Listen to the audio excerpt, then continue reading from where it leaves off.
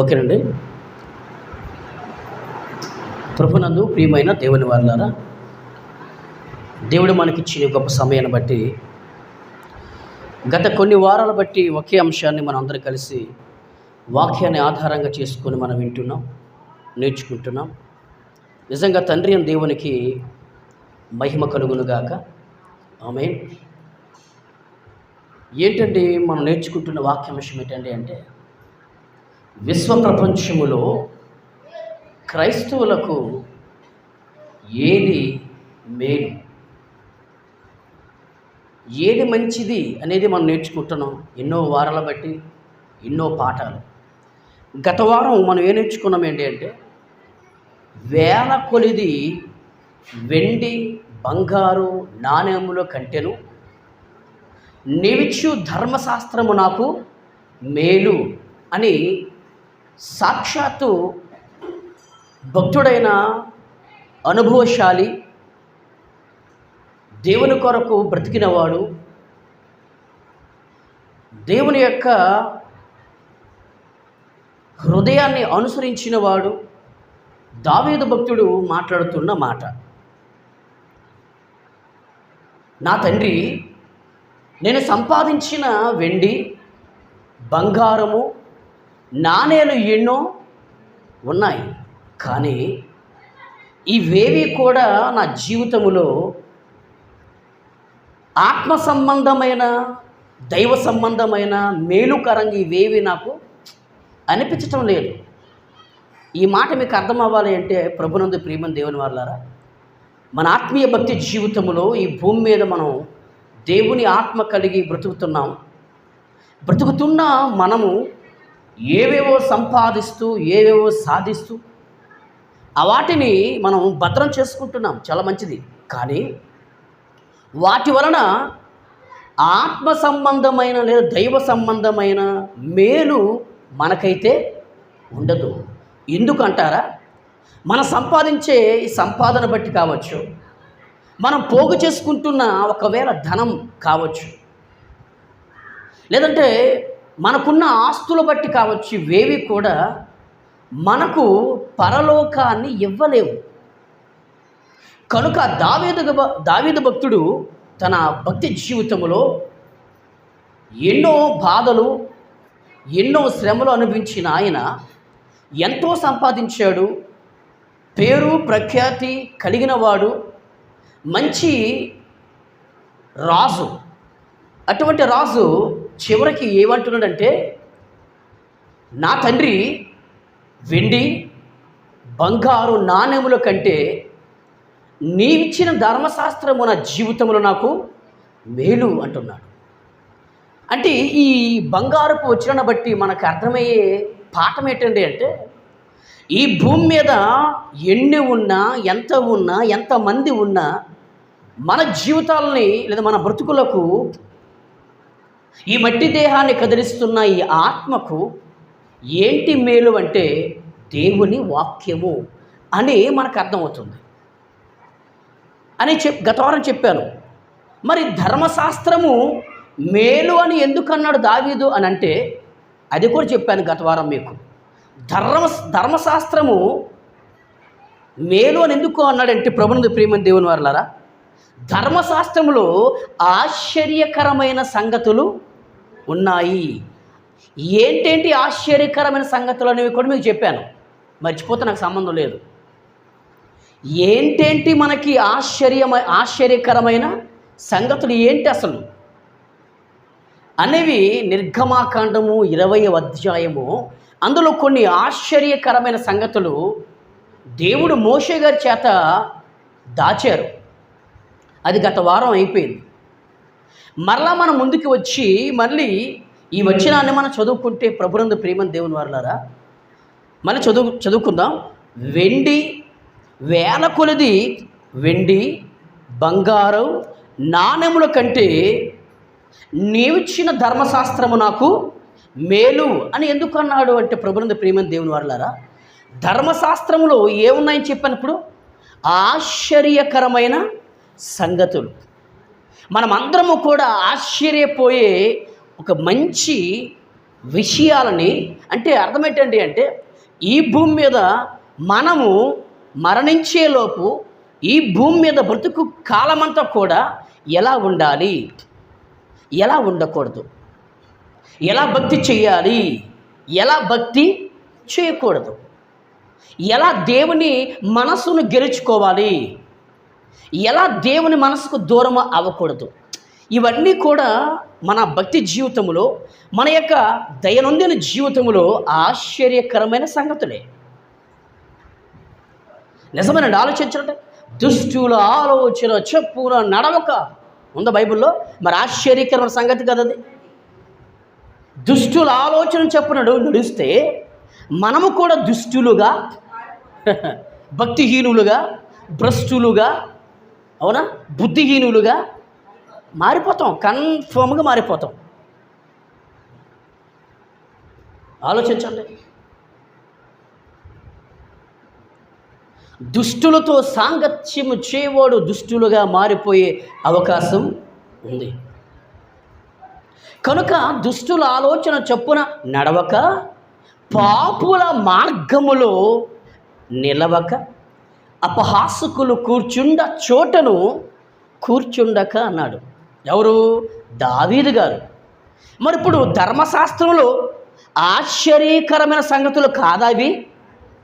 అంటే భూమి మీద మనము ఎలా ఉండాలో, ఎలా ఉండకూడదు, ఎలా భక్తి చేయాలో, ఎలా భక్తి చేయకూడదు, ఎలా భక్తి పరులుగా ఉండాలో, ఎలా భక్తిహీనులుగా మారకూడదు, ఇవన్నీ మనకు తెలియాలి కదా, మనం నేర్చుకోవాలి కదా. మరి ఇవన్నీ మనం తెలుసుకుంటున్నప్పుడు, నేర్చుకుంటున్నప్పుడు మనకు అవి ఆశ్చర్యకరమైన సంగతులే. అందుకే అన్నాడు దావీదు, అయ్యా నీవిచ్చిన ధర్మశాస్త్రము నా జీవితంలో నాకు మేలు. అవి ఎంతో నిజంగా సహాయం చేశాయి. నిజంగా ఒకప్పుడు నేను తెలుసో తెలియకో, ఆలోచన లేకో, ఆవేశముతోనూ బత్షెబా అనే స్త్రీ దగ్గరికి వెళ్ళిపోయానే. ఆమెతో నేను చెడు సాంగత్యం చేశాను, పాపము చేశాను, మీ మనసును బాధ పెట్టానే. కానీ తర్వాత నేను మహాజ్ఞానాన్ని లేదా ధర్మశాస్త్రాన్ని లోతులోకి వెళ్ళి ధ్యానిస్తున్నప్పుడు, ధర్మశాస్త్ర సంబంధమైన దేవుని మాటలను లోతుకు వెళ్ళి వాటిని చదువుతున్నప్పుడు నిజంగా నాకు ఎన్నో ఆశ్చర్యకరమైన సంగతులు నాకు దొరికాయి, నేను నేర్చుకున్నాను. అందుకే కీర్తన అనే ఆ గ్రంథములో ఎన్నో ఆత్మ సంబంధమైన విషయాలు, ఎన్నో భక్తితో కూడుకున్న విషయాలు ఎన్నో వేల మందికి నేను వారికి నేర్పించానయ్యి అంటున్నాడు దావీదు. నిజంగా బైబిల్ కానీ మనకు తెలియకపోతే, బైబిల్ కానీ మన కొరకు దేవుడు రాయించకపోతే భూమి మీద ఎలా బ్రతకాలో, ఎలా భక్తి చేయాలో నేటికి కూడా ఎవరికి తెలియదు. ఇంత సత్యం తెలిసి కూడా, ఇంత జ్ఞానము తెలిసి కూడా చాలామంది ప్రేమ లేనివారుగా, సత్యహీనులుగా, బుద్ధిహీనులుగా, భక్తిహీనులుగా, బలహీనులుగా, బద్ధకస్తులుగా, అజ్ఞానులుగా, అవునా, మారిపోతున్నారండి సత్యం తెలిసి కూడా. మరి సత్యవాక్యం తెలిసిన వారు ఎలా మారిపోతే, మరి సత్యం తెలియని వారు మరి వాళ్ళ పరిస్థితి ఎలా ఉంటుందో మీరు ఆలోచించండి. ఎంత ప్రేమ చూపించినా ప్రేమకు విలువ లేనిదిగా, ఎంత మంచి వాక్యం చెప్పిన వాక్యానికి గౌరవము లేనివారుగా చాలామంది మారిపోతున్నారండి. బైబిల్ తెలుసుండి, సత్యం తెలుసుండి మారిపోతే, మరి బైబిలే లేకపోతే, సత్యమే లేకపోతే మన పరిస్థితి ఎంత దారుణంగా ఉంటుందో మీరు ఆలోచించండి. అందుకే దావీదు ఏమంటున్నాడంటే, వెండి బంగారు నాణెముల కంటే నీవిచ్చిన ధర్మశాస్త్రము నా జీవితంలో నాకు మేలైపోయింది తండ్రి. అవును, ఎందుకు ధర్మశాస్త్రం అనే పదాన్ని ఎందుకు ఉపయోగించాడంటే, ఆ రోజు మోషే గారి కాలం నుండి ప్రారంభమైంది ధర్మశాస్త్రం. అది మలాకి గ్రంథం వరకు, లేదా మత్తయి, మార్కు, లూకా, యోహాను, ఆ 4 సువార్తలు అనగా మన ప్రభువైన యేసుక్రీస్తు వారి జీవించిన 33 సంవత్సరాల కాలం వరకు కూడా ధర్మశాస్త్రము అది ఉపయోగములోనే ఉంది. ఇప్పుడు మీకు అర్థమైందా? మీకు అర్థమవుతుందా?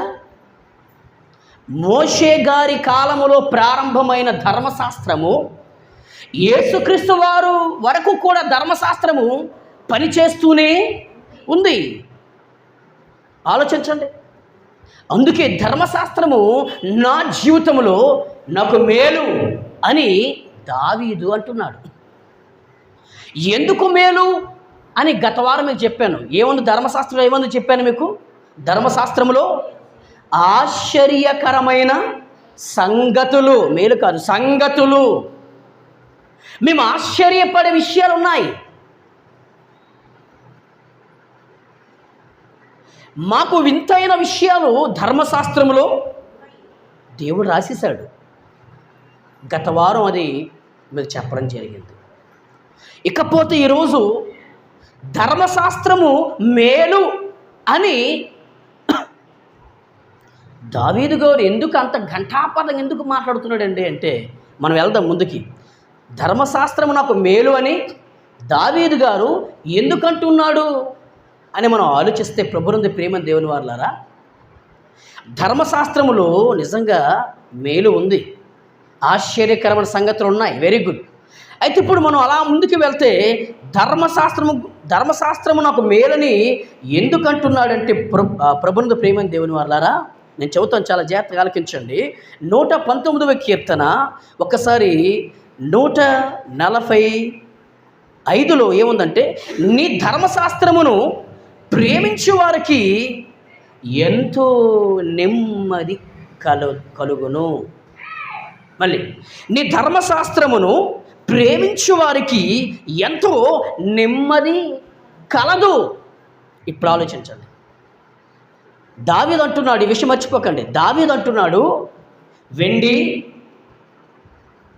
బంగారు నాణెముల కంటే నీవిచ్చు ధర్మశాస్త్రం నాకు మేలు అని ఎందుకన్నాడు అంటే, ఆ ధర్మశాస్త్రములో ఆశ్చర్యకరమైన సంగతులు మనకున్నాయి. ఎలా బ్రతకాలో, ఎలా బ్రతకకూడదు, ఎలా భక్తి చేయాలో, ఎలా భక్తి చేయకూడదు, ఎటువంటి వారితో మనం స్నేహం చేయాలో, ఎటువంటి వారికి దూరంగా ఉండాలో ఉన్నాయండి.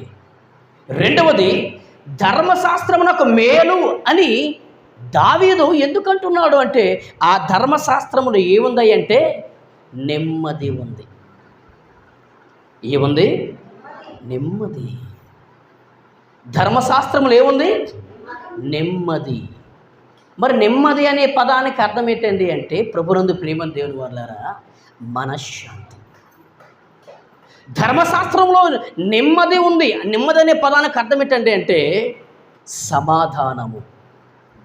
ఈరోజు దేవునితో ఉంటూ దైవికంగా బ్రతుకుతూ ఆత్మీయులుగా చక్కనైన భక్తి చేస్తున్న వారి జీవితాల్లో ఈరోజు ఏమి లేదు అంటే, ప్రభునందు ప్రేమ దేవుని వారలారా, సమాధానము లేదు.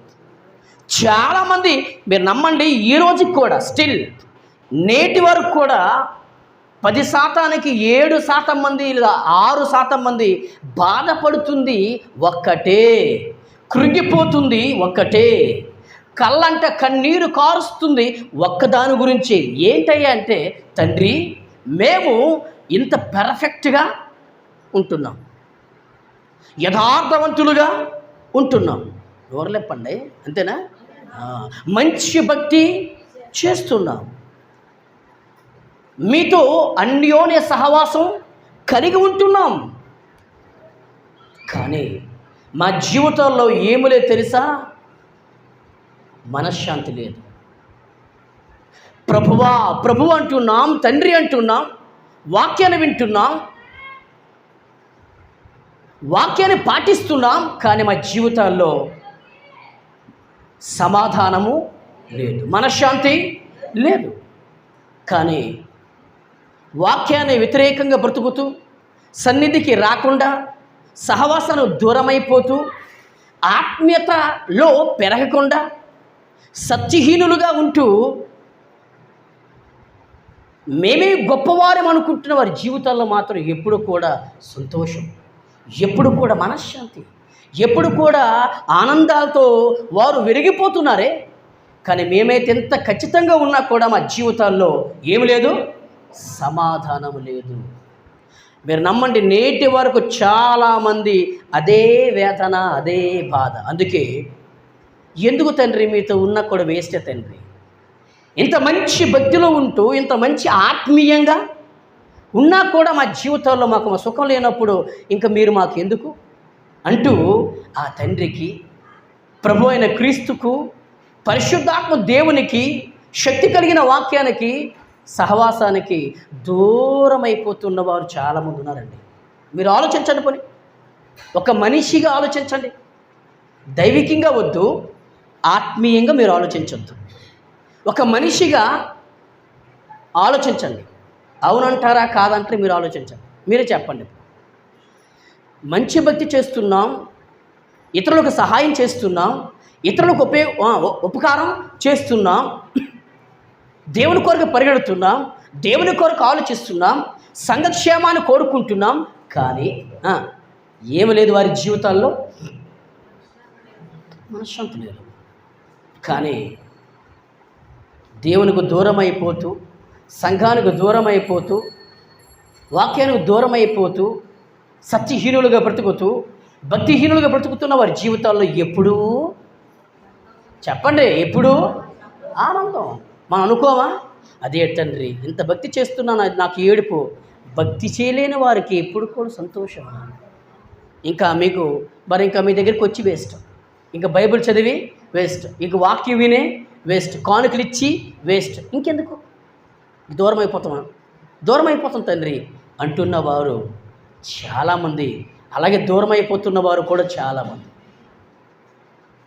కానీ దావీదు అంటున్నాడు, దూరం అవ్వద్దు, ఎవరికి దూరం అవ్వద్దు, తండ్రి దేవునికి దూరం అవ్వద్దు. మన కొరకు మనసారా తన ప్రాణాన్నిచ్చిన పరమప్రభువుగా ఉంటున్న యేసుక్రీస్తు వారికి కూడా దూరం అవ్వద్దు. ఎందుకంటే ధర్మశాస్త్రములో ఆశ్చర్యకరమైన సంగతులతో పాటు ఏముందయ్యి అంటే, మనం వింటున్న వాక్యములో, మనం నేర్చుకుంటున్న వాక్యములో, మనం చదువుతున్న వాక్యములో ఏముంది తెలుసా? నెమ్మది ఉంది. ఏముంది? నెమ్మది ఉంది. వాక్యములో మనశ్శాంతి ఉంది, వాక్యములో ప్రశాంతత ఉంది, వాక్యములో ప్రసన్నత ఉంది, వాక్యములో సంతోషం ఉంది. ప్రియులారా, వాక్యములో ఆనందం ఉంది, వాక్యములో సుఖము ఉంది. బైబిల్ ఏం చెప్తుందంటే, యెషయా గ్రంథములో నీతి సమాధానమును కలుగు చెయ్యును. నీతి అంటే ఎవరు తెలుసా? వాక్యం. ఎవరండి? నీతి అనగా దేవుని వాక్యం, తండ్రి వాక్యం. ఆ తండ్రి వాక్యమే ఇదిగోండి మన ప్రభువైన యేసుక్రీస్తు. అంటే క్రీస్తుతో ఉండేవారికి, క్రీస్తులో ఉండిన వారికి, క్రీస్తుని మనసారా మనఃపూర్వకముగా మంచి మనసుతో, ప్రేమతో, భక్తితో క్రీస్తుని వెంబడించిన వారి జీవితాల్లో మనం అనుకుంటాం ఏమీ లేదనుకుంటాం. కాదు ప్రియులారా, ఉంది. ఏమని తెలుసా? డబ్బు లేకపోవచ్చు, అవునా, పేరు ప్రఖ్యాతులు లేకపోవచ్చు, ఆస్తులు అంతస్తులు అందము లేకపోవచ్చు. కానీ ఆ ప్రభుతో ఉండిన వారికి, ప్రభుని పట్టుకున్న వారికి, ప్రభుని ధరించుకున్న వారికి, ప్రభుతో నడిచిన వారికి అంటాను ఒక సేవకుడిగా సమాధానం ఉంది, మనశ్శాంతి ఉంది. కానీ ఆ మనశ్శాంతి ఉంది అనే విషయం మనం పట్టుకోలేకపోతున్నాం. మనం ఆ మనశ్శాంతిని పట్టుకోలేకపోతున్నాం. సమాధానం మన దగ్గరికి వచ్చేసరికి, ఆ మనశ్శాంతి మన దగ్గరికి వచ్చేసరికి మనం దేవునికి దూరం అయిపోతున్నాం. తప్పెవరు చెప్పండి? మందే లోపం. దేవుడిది ఎప్పుడు కూడా లోపము లేనివాడు నా తండ్రి అండి. ఒక బంగారు మాట చెప్తాను, నా మనసును కదిలించే మాట, నా కళ్ళంట నీరు తెప్పించే మాట ఏంటి నేను చెప్తాను, జాగ్రత్తగా విందాం. హెబ్రీలు రాసిన పత్రికలో ఏముందంటే, ప్రియులారా, హెబ్రీలు రాసిన పత్రికలో ఏముందంటే, 6వ అధ్యాయము హెబ్రీయులకు రాసిన పత్రిక 6వ అధ్యాయము వచనం 10 జాగ్రత్తగా ఉందామండి. పౌలు సంఘానికి చెబుతున్న మాటలు వినండి. పౌలు అనే సేవకుడు సంఘము అనగా క్రైస్తవులకు ఒక సేవకుడు చెప్తున్న మాట దేవుని గురించిన మాట. మీకు అర్థమైందా? నేను చెబుతాను, మీరు జాగ్రత్తగా మనసు పెట్టి ఆలకించండి.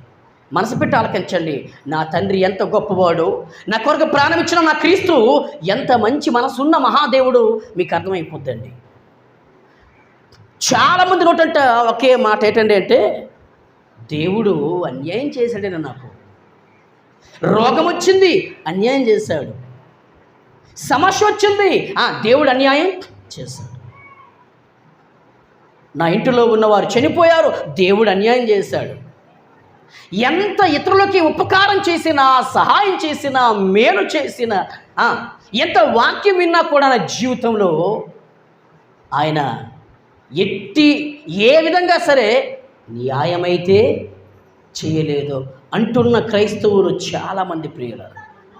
అటువంటి వారికి ఈరోజు ఒక దేవుని కుమారుడిగా, క్రీస్తుకు దాసుడిగా, సంఘానికి సేవకుడిగా ఉంటున్న ఏలియా అంటున్న నేను ఒక బంగారు పుచ్చాన్ని ఈరోజు మీ ముందు పెడుతున్న ప్రియులారా. నేను చదువుతాను, చాలా జాగ్రత్తగా రండి. హెబ్రీయులకు రాస్తున్న పత్రిక లేదా హెబ్రీయులకు రాసిన పత్రిక 6వ అధ్యాయము వచనం 10 చూడండి.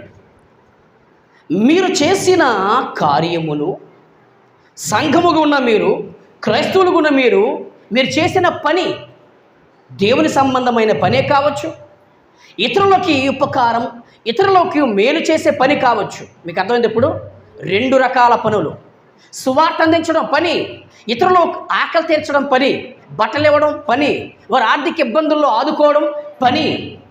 మీరు చేసిన కార్యమును అనగా మీరు పరిశుద్ధులకు ఉపచారము చేసి ఇంకా ఉపచారము చేయుచుండుట చేత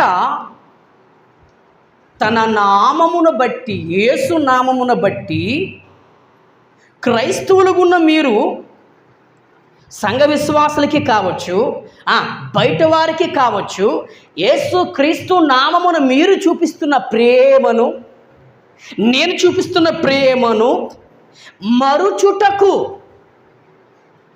మరిచిపోవడానికి దేవుడు అన్యాయస్తుడు కాడు.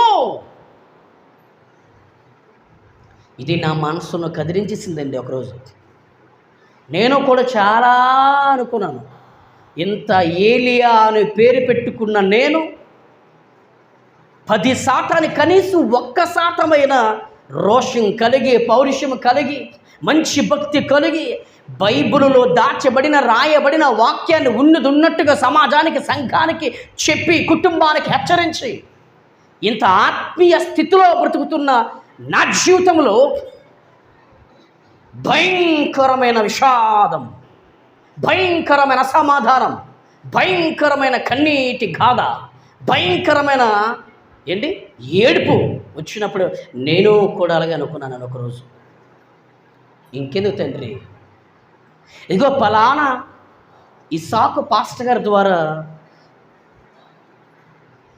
పరిచర్కి పిలిచారే,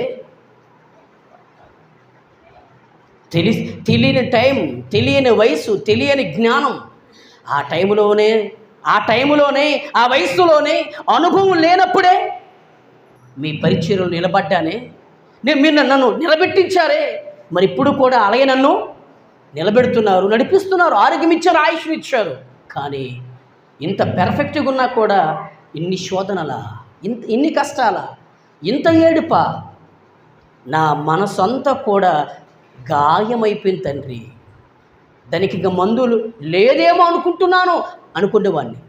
అప్పుడు మీరు నమ్మండి, సీరియస్ చెప్తున్నాను, చాలా సీరియస్గా, నా తండ్రి అని దేవుడు ఈ వచనం ద్వారా నా మనసును నెమ్మదిపరిచాడు, నా మనసుకు మనశ్శాంతిని ఇచ్చాడు. దావీదు అంటున్న మాట ఇప్పుడు కరెక్ట్ అంటారా? అయ్యా, నువ్వు ఇచ్చిన ధర్మశాస్త్రం నాకు మేలు. ఎందుకు మేలు అంటే, ఆ ధర్మశాస్త్రములో ఏమని తెలుసా? ఆశ్చర్యకరమైన సంగతులతో పాటు ఏముందంటే నెమ్మది. నేనండి నేనే చెప్తున్నా, ఎవడు నమ్మిన నమ్మకమే, డోంట్ కేర్. నా తండ్రి నమ్మితే చాలు. ఎందుకంటే నన్ను చూస్తున్నవాడు ఆయన, నన్ను నడిపిస్తున్నవాడు ఆయన, నన్ను పెంచి పోషించేవాడు నా తండ్రి. ఏంటి, బట్టలు లేని వారికి బట్టలు ఇచ్చాను, ఆహారం లేని వారికి ఆహారం పెట్టాను, అప్పు అనుకున్న వారికి అప్పు ఇచ్చాను, వాక్యమకి లేదయ్యా అంటే వాక్యం అందించాను. ఈరోజు కానుకలు ఇవ్వలేమయ్యా, నెక్స్ట్ ఇస్తాం, టైం పడుతుంది అన్నప్పుడు నేను ఎంతో సంతోషంతో హ్యాపీగా ఇంటికి వచ్చేవాడిని. సంఘము క్రైస్తవులు ఏది ఆహారం పెట్టిన ఆహారాన్ని ప్రార్థన పూర్వకంగా తినేవాడిని. ఇంత కరెక్ట్గా, ఇంత నీట్గా, ఇంత పెర్ఫెక్ట్గా ఉంటున్న నాకు మనశ్శాంతి లేనప్పుడు, ఎంతో బాధపడినప్పుడు, ఇదిగోండి ఈ వాక్యం ద్వారా నా తండ్రి, నాన్న నువ్వు చాలామందికి ఉపకారం చేశావు కదా. అవును. బట్టలు లేని వారికి బట్టలు ఇచ్చావు, వెరీ గుడ్. ఆహారం లేని వారికి ఆహారం పెట్టావు, వెరీ గుడ్. ధన సహాయం లేని వారికి అప్పు కూడా ఇచ్చావు. ఆహారం లేని వారికి ఆకలి తీర్చావు. నేను చూస్తున్నాను, ఇదిగో నీ గురించి రాయించాను అన్నాడండి నా తండ్రి. మీకు అర్థమవుతుందా నా భాష? నీ గురించే రాయించాను. చదువుతాం చూడండి. మీరు చేసిన కార్యమును అనగా మీరు పరిశుద్ధులకు ఉపచారము చేసి ఇంకా ఉపచారము చెయ్యుచుండుట చేత తన నామమును బట్టి, యేసు నామమును బట్టి చూపిన ప్రేమను. ప్రేమ ఉంది కదా, ప్రేమ ఉంది కనుక కదా మనం ఉపకారం చేసాం. ప్రేమ ఉంది కనుకనే మనం తగ్గించుకున్నాం. ప్రేమ ఉంది కనుకనే క్షమించాం. ప్రేమ ప్రేమ ప్రేమ అని తన నామమును బట్టి చూపిన ప్రేమను మరిచిపోవడానికి తండ్రి అయిన దేవుడు అన్యాయస్తుడు కాదు. దేవుడు నాకు అన్యాయం చేశాడు కాదయ్యా, కాదు తల్లి, బ్రదర్స్ అండ్ సిస్టర్స్, కాదు అని ఎప్పుడు కూడా అన్యాయము చేయనివాడు. అన్యాయస్తుడు కాదు ఆయన. మనం చేసాం ఎన్నోసార్లు ఆయనకు అన్యాయం, ఎన్నోసార్లు చేసాం మనం. ఏంటి, అసలు మనం దేవుని విషయంలో చేసే అన్యాయం తలుచుకుంటే ఏంటి లెక్కలేదు. అవునా? ఆలోచించండి. పోనీ ప్రార్థించే విషయంలో, వాక్యం వినే విషయంలో, పాట పాడే విషయంలో, భక్తి జీవితంలో, ఆత్మీయతలో, సువార్త ప్రకటించే విషయంలో, అవునా, మన ప్రవర్తన విషయంలో, మన వ్యక్తిగత విషయంలో, మన కుటుంబ పరంగా, చెప్పండి కాదా, సువార్త పరంగా, కానుకిచ్చే విషయంలో ఎన్నోసార్లు ఎన్నో విధాలుగా అన్యాయం చేశాం కదా దేవునికి. కానీ దేవుడు మాత్రం క్రీస్తు నామమును బట్టి మనం చూపిస్తున్న ప్రేమను మరిచిపోవడానికి దేవుడు అన్యాయస్తుడు కాదయ్యా అంటున్నాడు పౌలు. నిజమేనండి. కనుక ప్రభునందు ప్రేమని దేవుని వారులారా, ధర్మశాస్త్రములు ఏముందంటే ఆశ్చర్యకరమైన సంగతులు. ధర్మశాస్త్రం మనకు మేలుని ఎందుకు రాయించాడు దేవుడు? ఎందుకు అంటున్నాడు దావీదంటే, ఆ ధర్మశాస్త్రములు మనకు నెమ్మదిని కలిగిస్తుంది. పాయింట్, నెమ్మదిని కలిగిస్తుంది, మనశ్శాంతిని ఇస్తుంది, సమాధానం ఇస్తుంది. అవునా? నేనున్నాను, మీరు భయపడకండి ఒక పెద్ద భరోసా ఇస్తుందండి. ఏది? దేవుని, చెప్పాలి, ఏది? దేవుని వాక్యం. ఏంటి? దేవుని వాక్యం. ఆలోచించండి. అంత గొప్ప వాక్యం మనకి నేటికి ఏమిస్తుందంటే సమాధానం, నెమ్మది, మనశ్శాంతి. ఎన్నోసార్లు దేవుడు దూరం అయిపోలేదు. మనం ఎన్నోసార్లు భక్తి విషయంలో ఏమిటి క్రమం తప్పిపోలేదా? చెప్పండి ఇప్పుడు మాట. మనం అదే నేనే కానీ మీరే కానీ భక్తి విషయంలో, సేవా విషయంలో, ఆత్మీయత విషయంలో, పరిశుద్ధత విషయంలో, నీతి నిజాయితీ విషయంలో ఎన్నిసార్లు మనము క్రమము తప్పిపోలేదా? అక్రమముగా ఎన్నిసార్లు తండ్రి అయిన దేవుని ముందు ఎన్నిసార్లు అక్రమముగా నడుచుకోలేదా? ఇలా మనం లెక్క కట్టుకుంటే ఆయన కాదండి అన్యాయస్తుడు. అసలు దేవుడు అన్యాయస్తుడు అనడానికైనా మన నోరు తిరగదు. మీరు ఆలోచించండి. కనుక ప్రభునందు ప్రియమైన దేవుని వారలారా, విశ్వ ప్రపంచములో క్రీస్తును ఎరిగిన క్రైస్తవులకు, క్రీస్తును కలిగిన క్రైస్తవులకు ఏది మేలు అంటే ప్రభునందు ప్రేమని దేవుని వారలారా, వెండి బంగారు నాణెముల కంటే నీవిచ్చు ధర్మశాస్త్రము నాకు మేలు అన్నాడు దావీదు. ఎందుకు మేలు అంటే ఆ ధర్మశాస్త్రములు ఏముందయ్యా అంటే ఏముందంటే ఆశ్చర్యకరమైన సంగతులు ఉన్నాయి ఒకటి. రెండవది ఆ ధర్మశాస్త్రములు ఏముందంటే నెమ్మది. అంటే మనం నేర్చుకుంటున్న వాక్యం ఆశ్చర్యకరమైన సంగతులను చూపిస్తుంది. మనం వింటున్న వాక్యంలో ఏముందంటే నెమ్మది ఉందండి. మనం సంపాదించే సంపాదనలో, అవునా, మనం కట్టుకున్న వస్త్రాలలో, చెప్పండి అవునా, మన చేతిలో ఉన్న ఈ మొబైల్లో, మన జోబులో ఉన్న డబ్బుల్లో ఆత్మ సంబంధమైన మనశ్శాంతి ఎంత మాత్రము లేదు. ప్రభునందు ప్రేమ దేవుని వల్ల ఏదో ఆ క్షణానికి సంతోషం అంతే. 10 లక్షలు ఉన్నాయి, ఆ 10 లక్షలు ఖర్చు పెడితే ఎన్ని రోజులు రావు, తలుచుకుంటూ ఒక రోజులు అయిపోతాయి. కానీ వాక్యం అయితే సర్వ శరీరులు గడ్డిని పోలిన వారు వారి అందమంతయు గడ్డి పువ్వు వలె ఉన్నది. గడ్డి ఎండును, దాని పువ్వు రాలును. దేవుని వాక్యము నిరంతరము నిలుచును, నిలబడిపోతుంది. వాక్యం పడిపోదు. మనం పడిపోతున్నాము కానీ వాక్యం వాక్యం మనలను నిలబెట్టేస్తుంది. అందుకే ఆ వాక్యమే మనకు లేకపోతే నిజం చెప్తున్నాను, మనకు మేలు జరగదండి. ఆ వాక్యమే మన భక్తి జీవితంలో ఎంతో మేలు చేస్తుంది. ఈ రోజుకి ఆలోచించండి. ప్రార్థన చేసుకుందాం. ప్రేమగల తండ్రి, కృపగల దేవా, మీకు వందనాలు. అలుపులమో తండ్రి, ఎందుకు పనికిరాని బలహీనము అయ్యా, విశ్వ ప్రపంచములో క్రైస్తవులకు ఏది మేలంటే మా జీవితాల్లో శక్తి కలిగిన మీ మాట, మీ వాక్యం.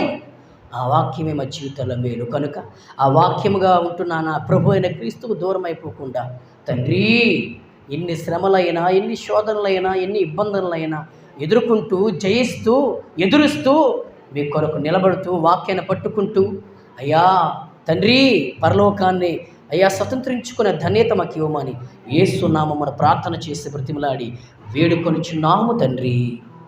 ఆమేన్.